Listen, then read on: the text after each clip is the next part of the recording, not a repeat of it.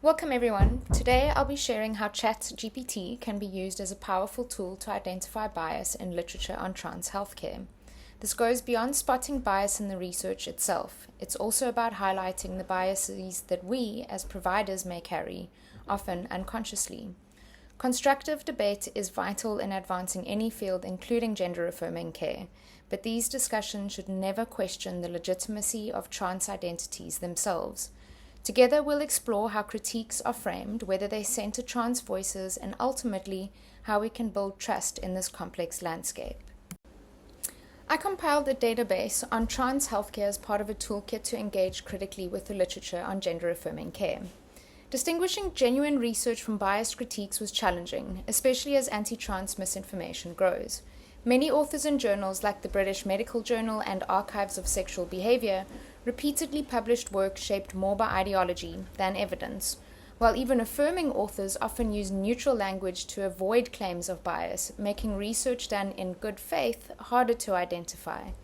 To make this process efficient, I developed 7 steps using ChatGPT to analyze biases quickly. Today, I'll demonstrate these steps with Jaco van Zyle's article to show how we can assess critiques of gender-affirming care critically in a landscape shaped by anti-trans rhetoric. Let's briefly walk through the 7 steps. Step 1 begins with a summary and an initial critique, looking for visible biases or assumptions. This gives us a foundation to build on. Step 2, here we examine study design, sample selection, and whether it avoids cis-normative bias, ensuring research methods are fair and representative. Step 3, this is the core of the analysis. We look into the author's assumptions, language, and framing to see if cisgender experiences are prioritized or if trans identities are minimized.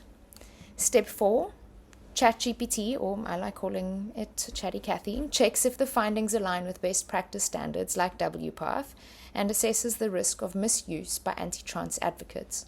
In Step 5, we assess the article's practical insights for clinical practice and any recommendations it may offer. Step 6 seeks constructive takeaways even from potentially biased articles to identify any useful points. And finally, Step 7 asks Chatty Cathy to provide a concise summary of any concerns, giving a clear overview of potential red flags. This presentation can't fully cover anti-trans perspectives, but understanding the landscape helps with engaging with literature and recognizing how subtle rhetoric may shape your own biases. Anti-trans proponents aren't a single group, they come from diverse backgrounds with different motivations. Jackie Turner's anti-trans movement framework describes 3 interconnected wings, groups that share resources and reinforce each other's narratives, amplifying their influence. They often use misinformation tactics to confuse or create doubt and employ false authority by citing biased or discredited studies to give credibility to anti-trans views. They also rely on misrepresentation, simplifying complex issues. For instance, they frame gender-affirming care as a rushed, one-size-fits-all approach, ignoring its true model, an individualized, informed consent process that upholds self-determination and dignity. And, one of my favorites, the tactic of victimization and silencing, where opponents frame themselves as victims unfairly labeled as transphobes to shift focus away from the harm their views can cause. This tactic distracts from the real impact on trans individuals and paints them as defenders of free speech. Despite their differences, these groups share a cisnormative agenda.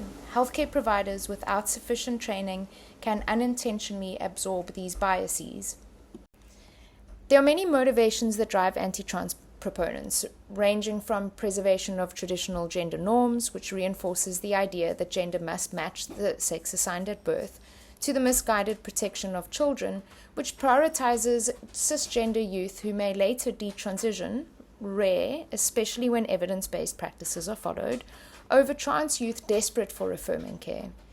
Ideological and religious beliefs which frame gender diversity as unnatural or sinful, fear, ignorance, and resistance to change, political and cultural agendas which use trans issues to rally support. These can all be understood under 2 frameworks, cisnormativity and cisgenderism. Cisnormativity assumes that being cisgender is the default, shaping social systems and making trans experiences less visible. Cisgenderism takes this further, treating cisgender identities as more legitimate and positioning them as the right way to be. Together, these biases create structural barriers for trans individuals, particularly in healthcare and legal recognition. Academic research can sometimes reflect biases even unintentionally. Selective data use, where only supportive findings are presented, and inappropriate generalization from narrow samples are common ways that studies can misrepresent realities of trans healthcare. Institutions like Cochrane set high standards to minimize bias, particularly in systematic reviews, using rigorous methods to ensure objectivity. When studies lack this rigor, they risk distorting the public's understanding and influencing harmful policies. When reviewing the literature, start with the author's background. Check for any history of anti-trans sentiment, conflicts of interest, or affiliations with anti-trans groups. Assess the methodology. Is the study design suitable? Does the data truly support the conclusions?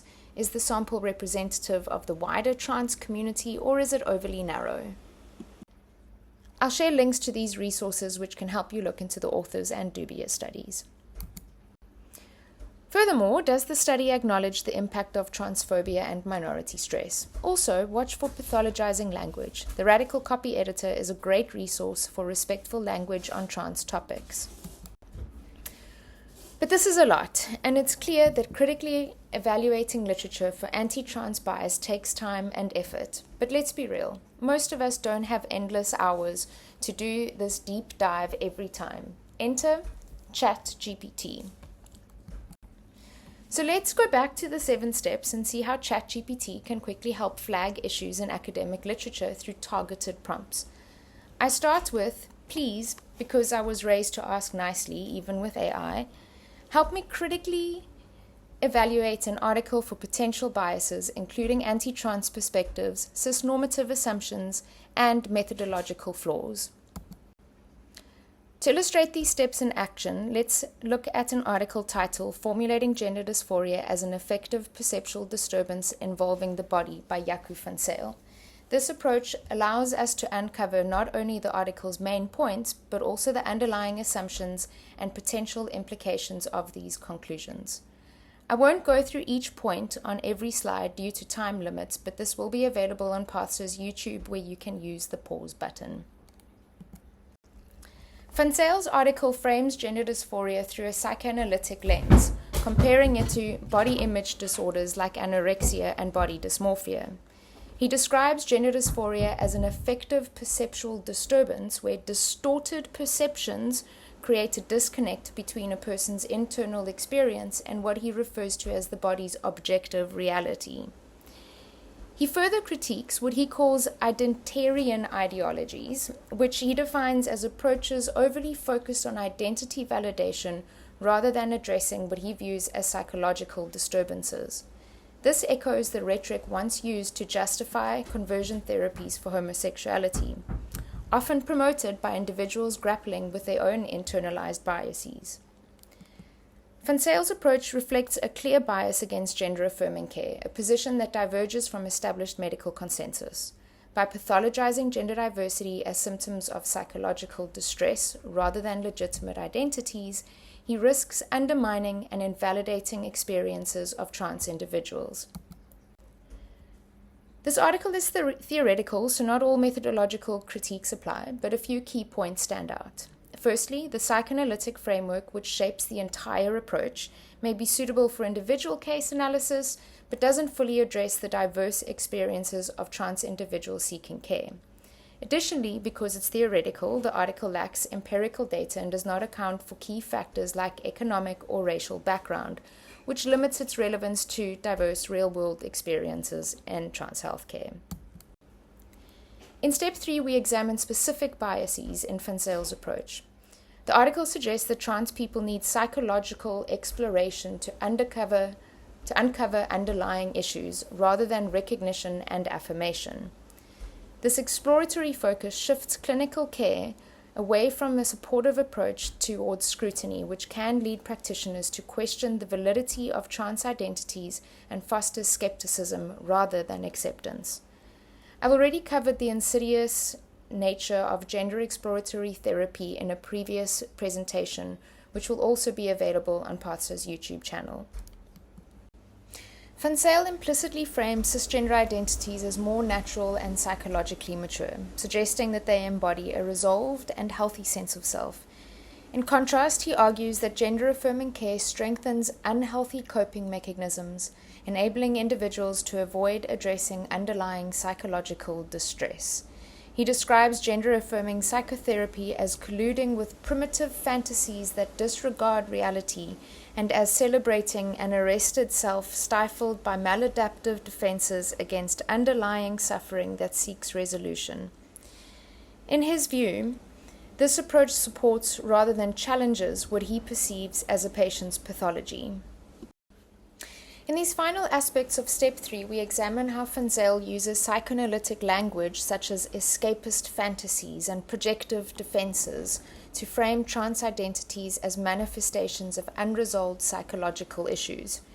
He suggests that trans individuals displace unprocessed emotional distress onto the body, seeking modification and escape from reality-defying outcomes. This framing positions gender diversity as a pathological coping mechanism, lending clinical authority to anti-trans views despite a lack of empirical support, and this risks fueling policies that question the legitimacy of trans identities. Van does not acknowledge transphobia or minority stress as influential factors in trans mental health, instead framing trans individuals as immersing themselves in and affirming echo chambers meant to fortify these maladaptive defenses. Van dismisses non-binary, genderqueer, and agender identities as legitimate, instead describing them as a trend linked to natal sex aversion in those who want to be neither biological sex. Step 4 shifts our focus to the broader context in which these findings sit, adding nuance to the review. Perhaps most glaringly, the article lacks historical context, relying heavily on psychoanalytic concepts without acknowledging how our understanding of gender identity has evolved. It's 2024, not 1924. Steps 5 and 6 bring our analysis into clinical practice and potential takeaways. In terms of application, to put it crudely, this is of little use in trans healthcare. Providers could instead focus on evidence-based practices that affirm trans people while being mindful to avoid pathologizing approaches that may cause harm. However, there's something valuable to learn here. The article's critiques, though biased, reflect a broader resistance among some practitioners toward gender-affirming care. Understanding these points of resistance can help us better address and engage with these concerns constructively. As you can see, engaging with AI tools can also help unpack this further. Here I asked ChatGPT for clarification on understanding this resistance, and it provided a nuanced breakdown of potential factors, making it easier to approach these topics with empathy and clarity when addressing them in clinical or educational settings. This analysis highlights some key issues in the article that go beyond just a difference in perspective. The strong cisnormative bias frames trans identities as deviations needing examination. Methodologically, the article's reliance on psychoanalytic theory without empirical evidence limits its practical relevance, and by overlooking cultural and social contexts, it misses an essential aspect in providing compassionate, effective care. To wrap up, the importance of critical analysis in trans healthcare literature cannot be overstated. Recognizing bias, questioning assumptions, and demanding rigorous standards isn't just about academic integrity, it's about safeguarding the well-being, rights, and dignity of trans individuals. Van article is not just an isolated academic perspective. It fits within a larger, complex movement which at its core is about preserving a narrow, cis-normative view of gender driven by fear, ideology, and resistance to change. The potential impact? Such articles can be misused to inform policies that restrict access to care and justify gatekeeping practices that make it harder for trans individuals to live authentically. So, as we move forward, let's remember the power of critical, self-reflected engagement. Every time we challenge these biases, we push back against a larger anti-trans narrative and resist the efforts that seek to deny trans people their dignity and rights.